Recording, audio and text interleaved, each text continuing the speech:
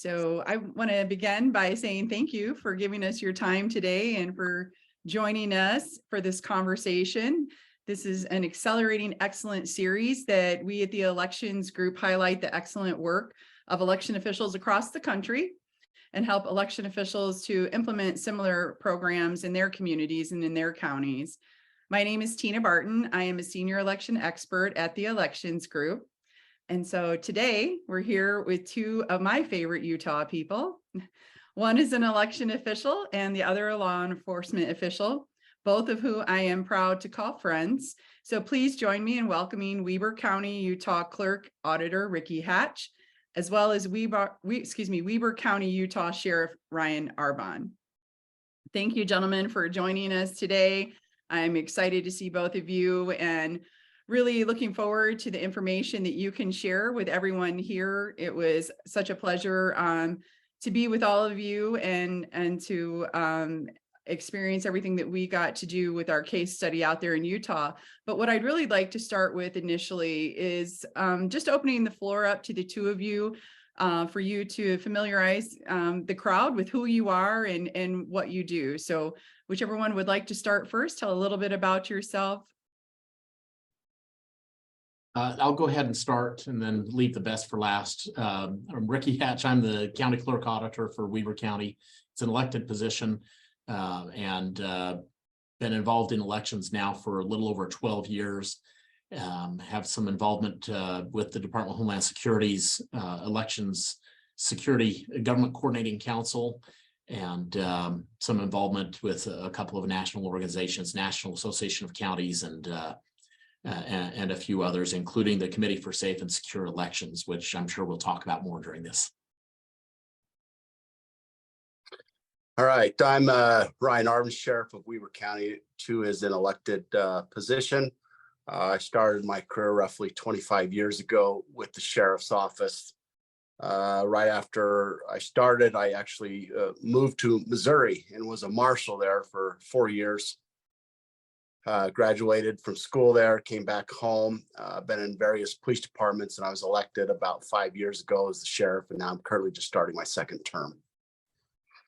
Awesome. Thank you so much again, both of you, for being here. So really our conversation today is going to kind of center around the work that the two of you did and are continuing to do in Weber County, but specifically leading up to the 2022 general election and how you interacted with the Committee for Safe and Secure Elections, also known as CSSE, and the resources that might have assisted you in that process, and how others might be able to use those same resources in their counties or states or communities. So for those of you who aren't familiar, the Committee for Safe and Secure Elections is a cross-partisan group of experts that have all come together that are former and current election administrators, as well as former and current law enforcement officers. Our goal, our aim is to support policies and procedures and practices that help to make sure that election officials, voters are free from violence, free from threats, intimidation, all of those things, and to help build a relationship between the two groups. We often find that the election officials and the law enforcement officers in communities and counties know each other and maybe have general passing conversations, but haven't necessarily had to collaborate on anything that is security related. And so part of the goals of the Committee for Safe and Secure Elections is to help forge those relationships and help those two groups to begin to collaborate together to make sure everyone stays safe on election day. So as I mentioned, back in October of 2022, I was fortunate to make my first trip to Utah and was able to meet with all of you, as well as some other election administrators and law enforcement officers and election safety and security individuals. Both parties there worked to implement our CSSE's 5 steps to safer elections, which you'll see on your screen there. This is a brief overview of that. One of the things that before we even get to talking about the meet, share, agree, plan practice, before we had this meeting in October 2022, had the two of you, had your offices already been working on anything security related, or what had been your relationship leading up to that event? Yeah, we have worked together. Ryan and I have, we speak all the time about all sorts of stuff with the county. But from an election standpoint, as the tensions have gotten a little bit higher, and just as a general good practice, we have involved the sheriff in ensuring that our vote centers are secure, that our ballot processing is secure. He's been phenomenal in providing support on election day and before planning, as well as providing backup services and using their mobile command center in case, having that be available in case there's some kind of catastrophe or disaster that would require us to mobilize. So the sheriff's been super supportive and an integral part of the planning process for elections. So in 2020, I was one of many election officials across the country who received death threats, who received threats not only to me personally, but also to my family. Obviously going through a lot of emotional turmoil, if you will, during that time of securing our home, doing lots of extra steps, changing even the pathway I would take to and from work, making sure my staff was safe. So we were doing lots of things, but it was more of a defensive response. It was something that we had not experienced before. And so we were responding in the moment to what had happened. And really it was kind of uncharted territory. I'm curious, Ricky, if you could tell us, is there anything in particular that might have happened to you or to your county that really kind of sparked this conversation with the sheriff about implementing the 5 steps? Was it just your role as a CSSE member? What really was the beginning or the origin of what was driving you to do this meeting? We've met with the sheriff and with our local law enforcement in the past to kind of plan for the election, but it was never the scope of what this meeting was. And over the summer of last year, our office received some phone calls that were disconcerting. They were threats, and they weren't directed to one individual person, but at one point we had some staff in our office that didn't feel safe leaving the building until they had an escort, a police escort to help them because of some things that were said. And it just kind of heightened our awareness, and especially for me, it heightened my concern for my staff's well-being. And that's when I started talking with the sheriff, and I said, well, I think we ought to talk about some of this with our local law enforcement. And the sheriff, being the big thinker he is, and I really appreciate him, he said, why just limit it to our county? Why not expand it? And that's when we decided to do a multi-county event. Yeah, so Sheriff, as you were thinking about this and hearing these threats, had you heard about threats across the country? And was this really your first exposure to some of your local officials being threatened or their office staff members being threatened? Yeah, definitely wasn't the first, but I hadn't seen it just heightened as it was this go around. The great thing about Ricky rolling this out is one thing we found that was very key is if Ricky sent out an email, an invite to police, chief of police and so forth, they probably wouldn't respond. So we responded accordingly. I invited the chiefs and other sheriffs within a multi-county region. Our county prosecutor got on board. He invited county prosecutors from the same areas, and it was just a really successful event. So as the planning for the conference, was coming together for this event coming together, how did you determine who you would want to invite, where it would be held, when it would be held, all of the logistical things? What were you thinking? I know initially you said it was smaller and then you started thinking big. How did you determine really the voices that needed to be at the table? Well, we knew we needed elections folks and law enforcement, obviously. Those were the 2 key ones, but our county attorney's office is so integral with both our elections team as well as the law enforcement that we knew we had to have them involved. And we thought we wanted to add some broader perspective to this. We invited our state elections director. We invited the CEO of our state association of counties. We invited the state member for the election crimes for the FBI.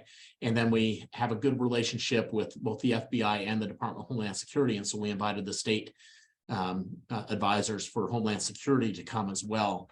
And we really wanted to do that to make sure that everybody was aware. It was mostly to make the connection, you know, the very first part of the 5 steps. You have to meet, you have to agree.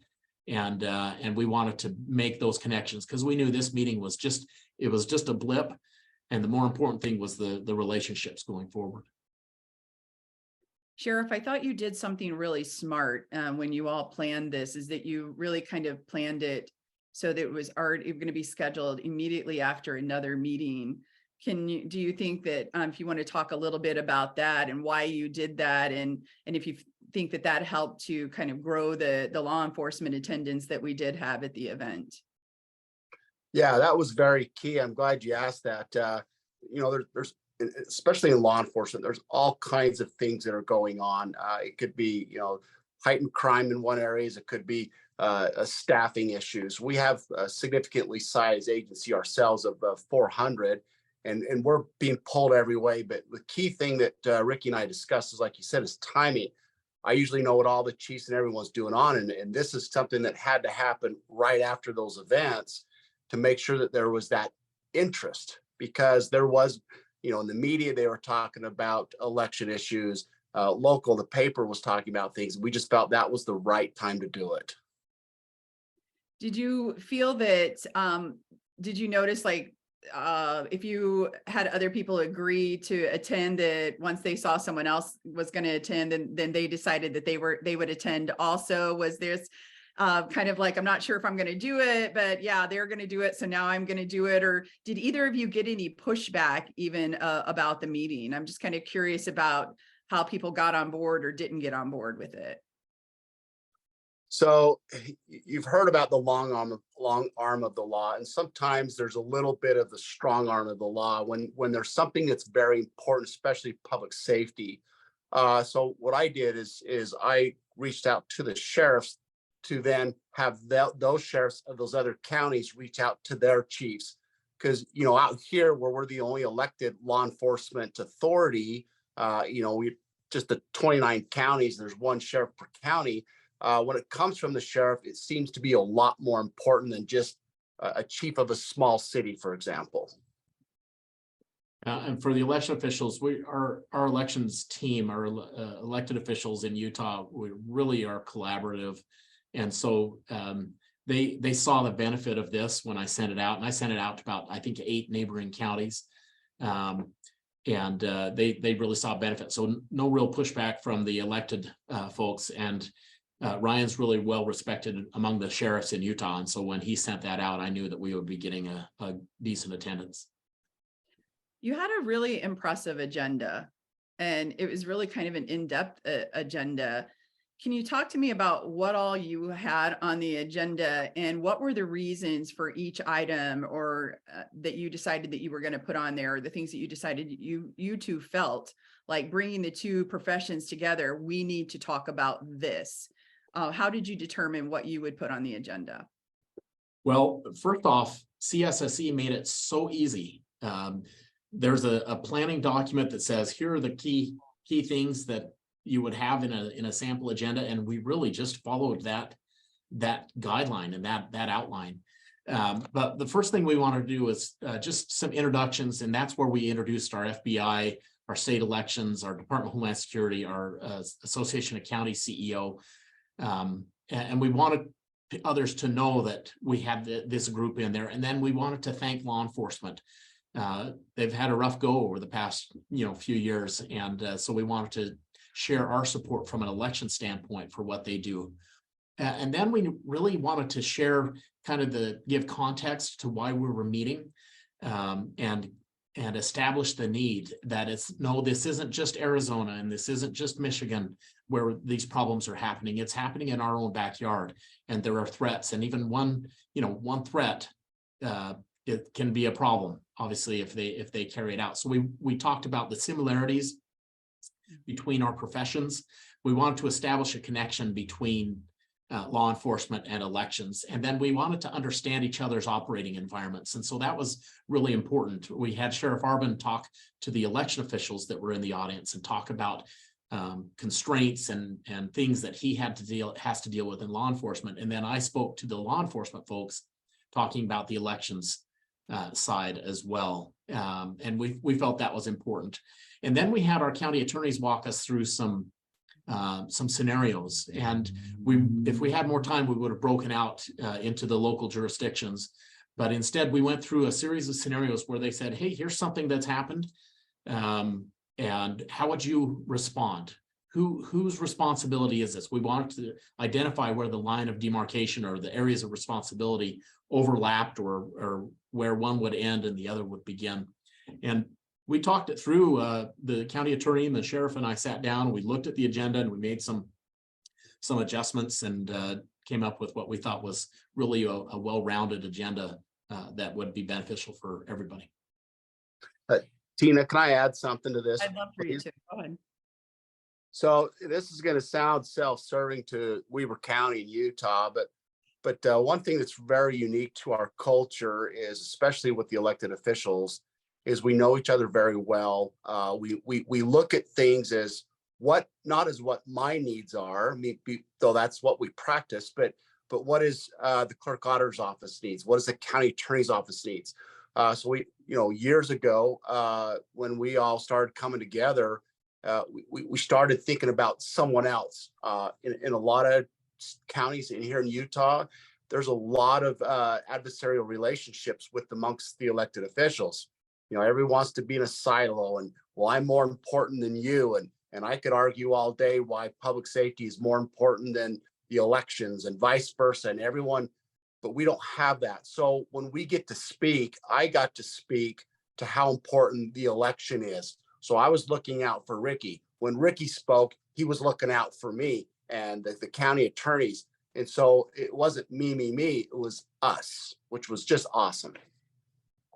Yeah, I thought you all did a really great job. And I thought it was really powerful when you were walking through the scenarios. I thought people were able to see that these are scenarios that maybe we may or may not be prepared for. We should probably talk these through. And there were even, I think, in a healthy way, there were there was conversation about differences in who thought what person should be responding or what group should be responding. And that's exactly really kind of the power of those conversations, is that you're having them right then and there when you can think logically through it, and you're not responding in a moment where there might be territorial, jockeying for position, or there might be emotions involved in it.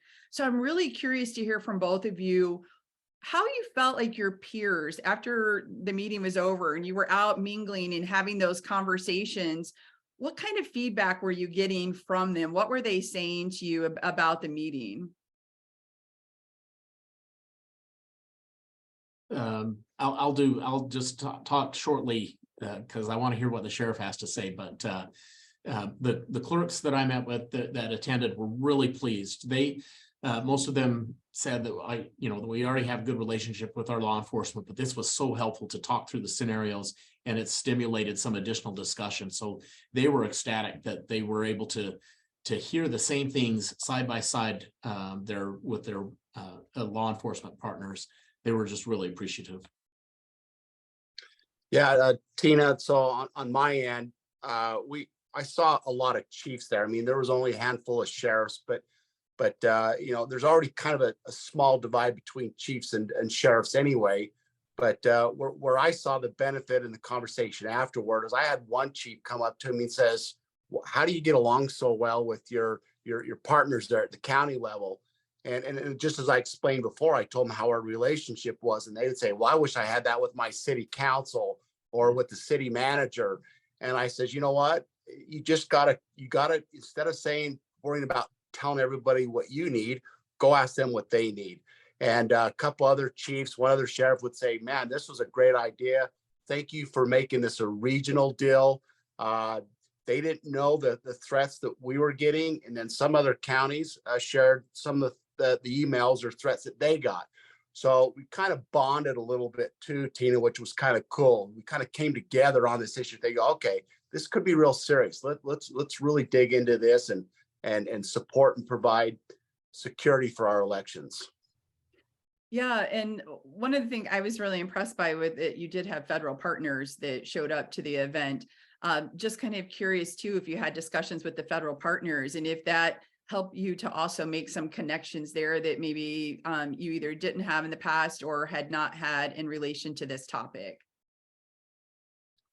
Yeah, I'll dive in. Sorry, Ricky, if I cut you off, but one thing that's really valuable about the feds, especially in our area, is the first thing one of the FBI come up. The first thing he said, "Whatever you need, you got it."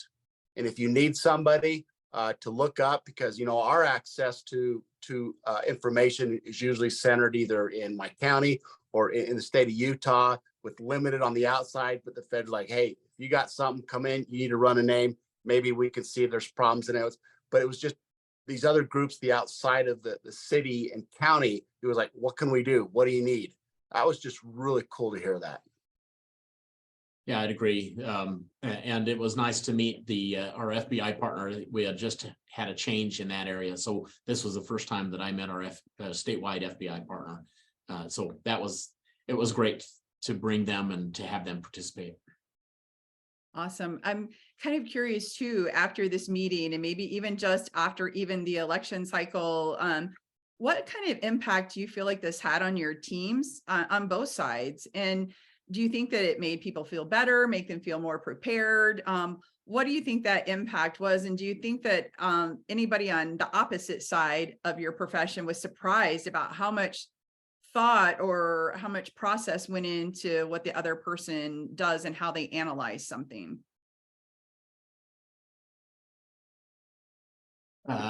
I think it increased confidence and comfort level among my staff. I had a pretty new elections director. This was her first general election, and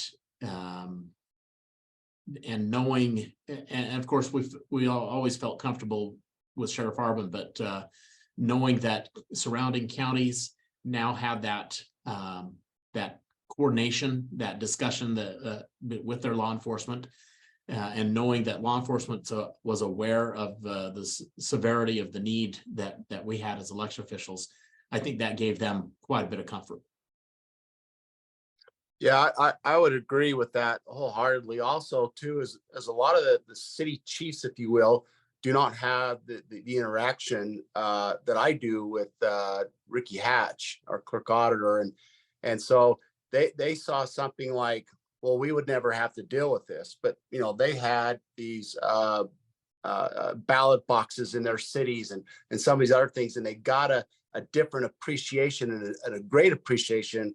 That's what was probably the biggest impact with the law enforcement is the chiefs of police understanding what really goes on with the election, which provided that was just great information that was shared. I'm kind of curious too. I mean, hearing so many great things and you did a lot of really good prep work on this and you put so much thought and just intentional choices into what you did and who you invited to the table and really broadening that umbrella. But what was something that you think that came from this partnership that you just didn't expect?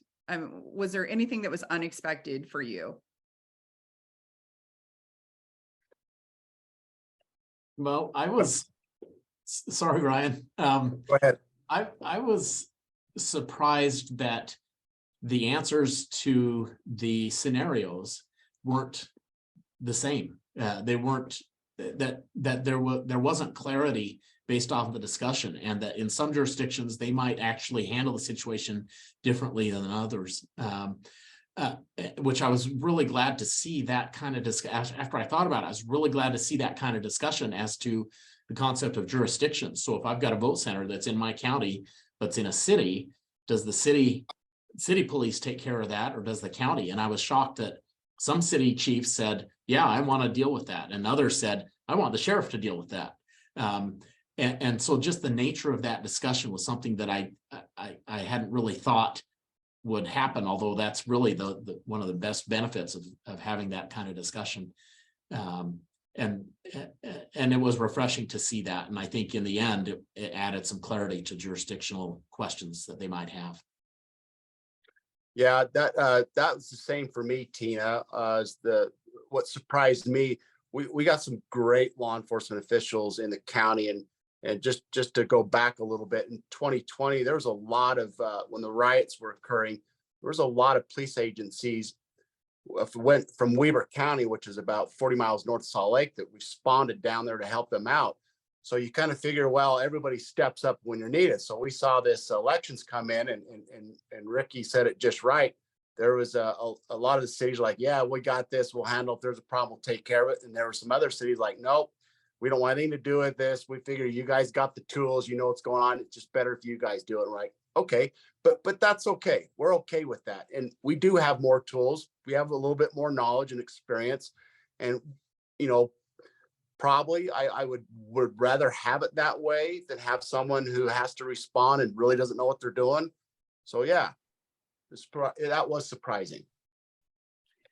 So people who are listening to this event today might have some slight intimidation by the fact that, I mean, like I said, you guys put on such an amazing show. You brought people there were people there from the federal level, the state level, county, local, all at this event. And they might look at that and say, oh, that looks like something that's kind of really hard to do. So I'm curious, did you dedicate any, new specific funds as you're talking about the event? Kind of what kind of resources did it take for that? And then also, since we had the event, have you dedicated any new funds or resources? We did get a lot of support, including from you, Tina. And, you did a great job when you presented, sharing, frankly, the shocking voicemails that you were receiving, which was just crazy. And I know Harold Love, representing law enforcement, came and did a fantastic job as well, talking about that. The support that CSSE gave was so helpful. It really took the burden off of me from an administrative standpoint. The preparation of the pocket guide, which I think we'll talk about, was just really critical and super helpful. The sheriff was super nice. He brought food, which is always appreciated. He has a great training facility that can handle a couple of hundred people there, and so we knew that we would be okay. And we make it sound like it was this big event, but it didn't feel, when we were planning it, it didn't feel like a big event. It feels like we were just planning a conversation because of the guidance and the help and the support that we were given. And so I don't think, other than the sheriff's food and then the time and the use of his facility, we didn't have any additional expenditures or funding needed from the election side. Yeah, Ricky summed most of it up for us, but one of the challenges, Tina, that we saw, that I guess it came from this, was there was a greater education, if you will, on election laws.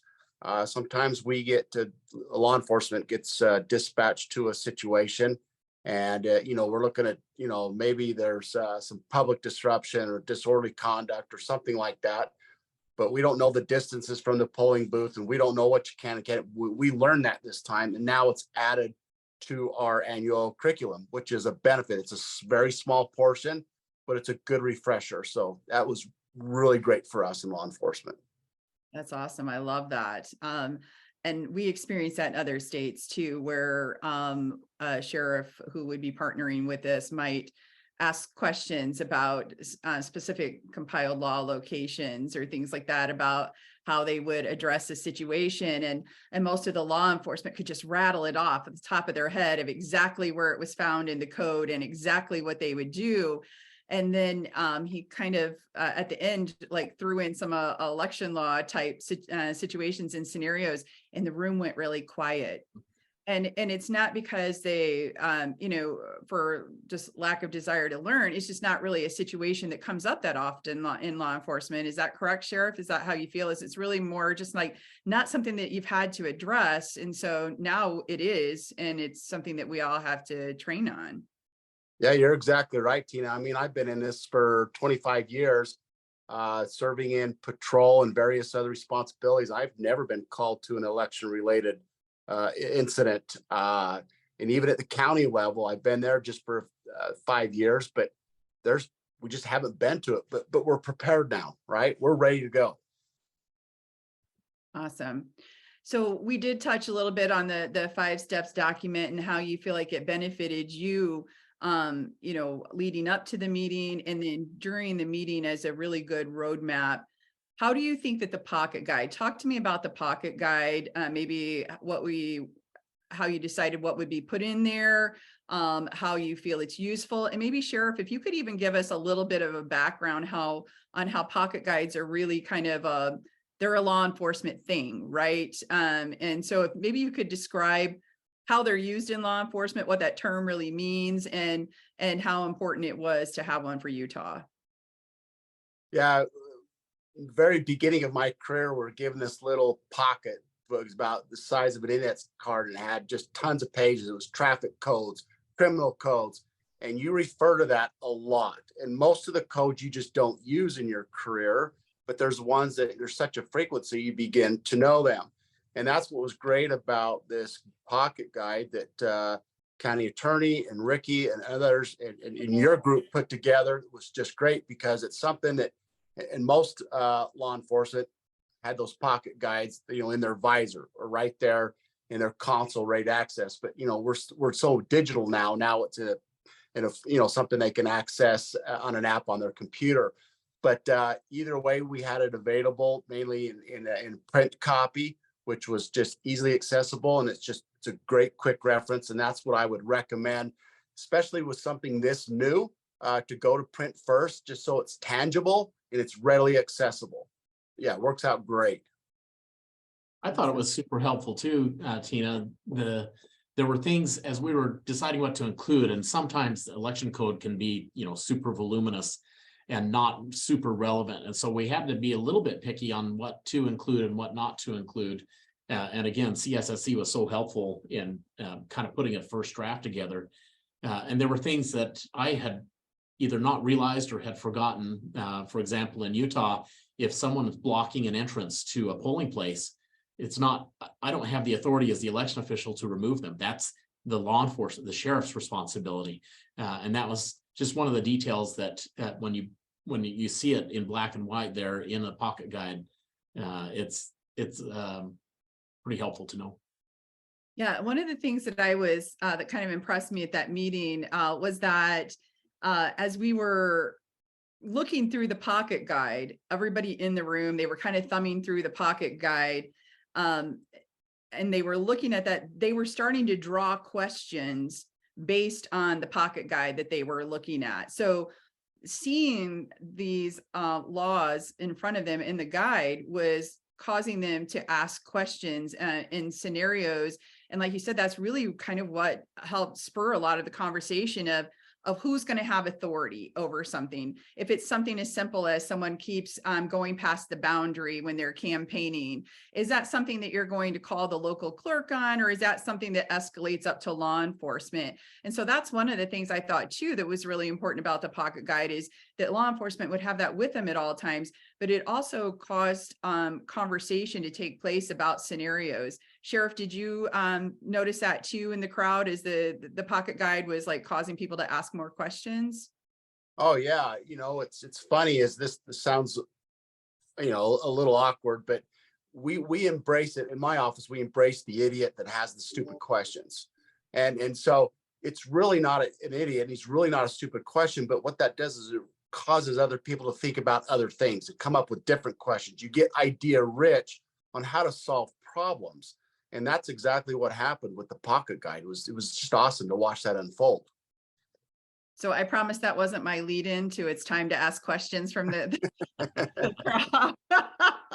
So maybe why people are putting their questions in there. Just one last question that I have for you is what is your advice to other jurisdictions who might want to implement a similar program? I would say don't be afraid to do it, because it's not nearly as hard as you think it's going to be. You have friends and support who are there to help put it together. And if you do nothing other than get law enforcement elections together, and around a table, you've already succeeded, because that's such a key, that's the key thing, is developing those relationships. So I wouldn't, just don't be afraid. You don't have to be, it doesn't have to be this big, huge thing. And it doesn't have to be hard. You just get together and you talk. And fortunately, there's great guidance out there that can help provide structure and that can help provide documentation. It really wasn't that hard to put together, but it's super helpful. We're going to do this at a state level with our State Association of Counties this fall, because we think it's so much benefit. And actually that, go ahead, Sheriff. I was just going to add a little bit. I touched on it earlier in one of my responses, but you know, we talked about relationships, and some people say, well, I can't stand my chief or my law enforcement group. I can't stand HR or the council or the mayor or commission, whatever you have. You know, the best thing to do is just when you're in a meeting, or if you have a staff meeting with all these officials, just ask, hey, what can I do for you? What can I help you with? And then I think, what would you have to offer that could help me? It doesn't matter. But when you start that relationship, then these things that like Ricky and I and the rest of the Weber County officials do, it just comes natural, and it's easy to do stuff like this and come together. And then it turns into, you want to help each other. It's just the right way that I see it really work well for us. I think that's great. I spent over 30 years in local government, and I would just say a big amen to that, we all have to look out for each other. We all need to be helping each other. And this is a perfect way to start those collaborative conversations. And like you said, the more you do it, the more you want to do it. When it comes to the pocket guides, just for all the listeners out there, so that you know, we do have pocket guides available for several states, and they're listed on our website at safeelections.org under our resources tab. Not only are you going to find the pocket guides there, but you'll also find our 5 steps documents. Just so you know, you can go there, you can download these documents, look at them for yourself. If you're interested in any of getting a pocket guide for your state or starting to work on one, you can reach out to us and let us know.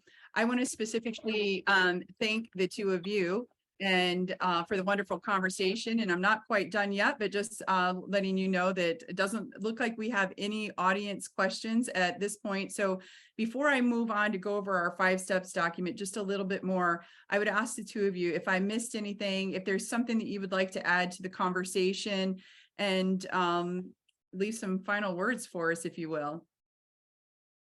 Yeah, I'll let Ricky finish this one. Ricky's just phenomenal.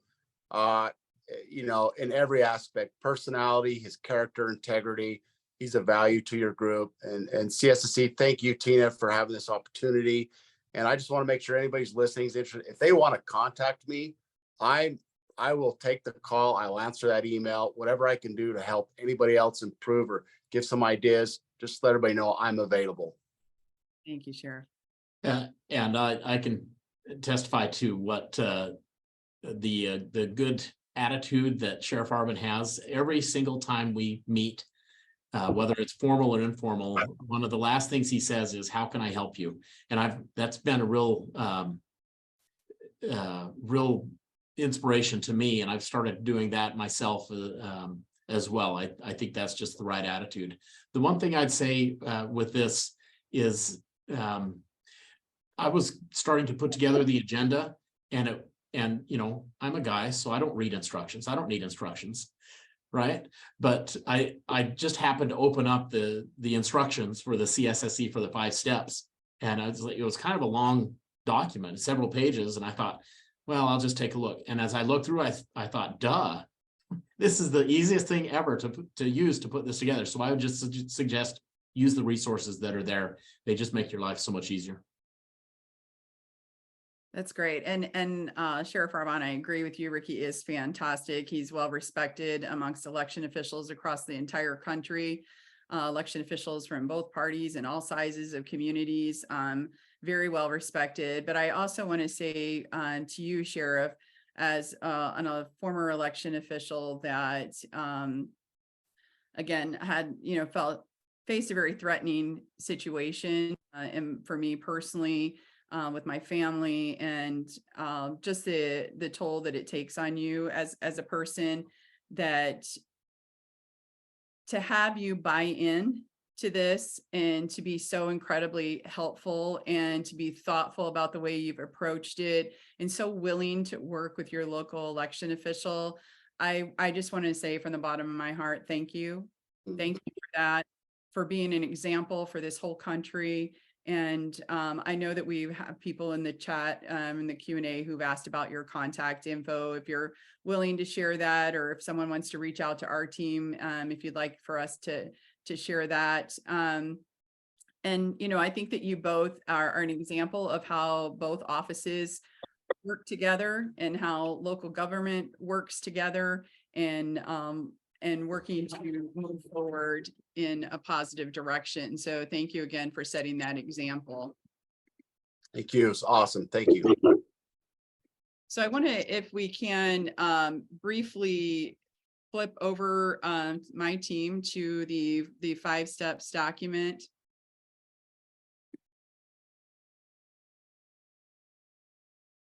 And if you look at the 5 steps to safer elections, again, this is our summary document that we have here of the 5 steps that you would go through in this particular process, how we would work. And so the very first thing that we encourage you to do is to meet, to come together, right? To have determining what are the voices that you need to have in at the table, and based on your community, that could be very different. You may need to have you know, community voices that are at the table also to talk about how elections are perceived in your community and how all of your different departments. I know there in Weber County, you brought people from the federal level all the way down to the local level to the table. And it was so important. The prosecutor, you had lots of people engaged in the conversation. So determining who are your stakeholders in your community, who's going to be there.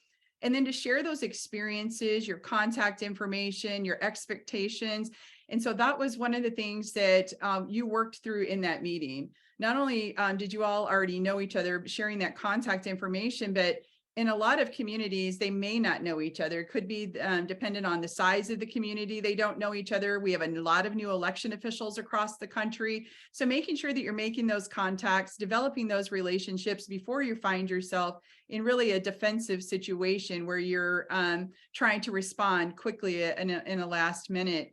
And then also one of the things that was really important that you all did was to share your, you talked about like what things are done on the law enforcement side, how things are done on the election official side. So you kind of educated each other on how you do different things. And that was really important to understand what would the protocols be for law enforcement and what would they be for the election officials. Our professions are very similar in the fact that we're very law driven, where what we do is all in the law and how we respond, what we do and the rules by how we do it, the procedures. A lot of them are very legalistic in how we do that. And so we have a lot of similarities that way. When you come together, that step 3 is to agree. How are you going to work and how are you going to define the rules of engagement? We talked about something as simple as if you have people campaigning and they're coming too close to where they're supposed to be, they've crossed that threshold and they continue to do so. Those types of things of agreeing, is that something that the local law enforcement officer should be responding to, or is that something that the local election officials should be responding to? And so this meeting sparked a lot of those conversations.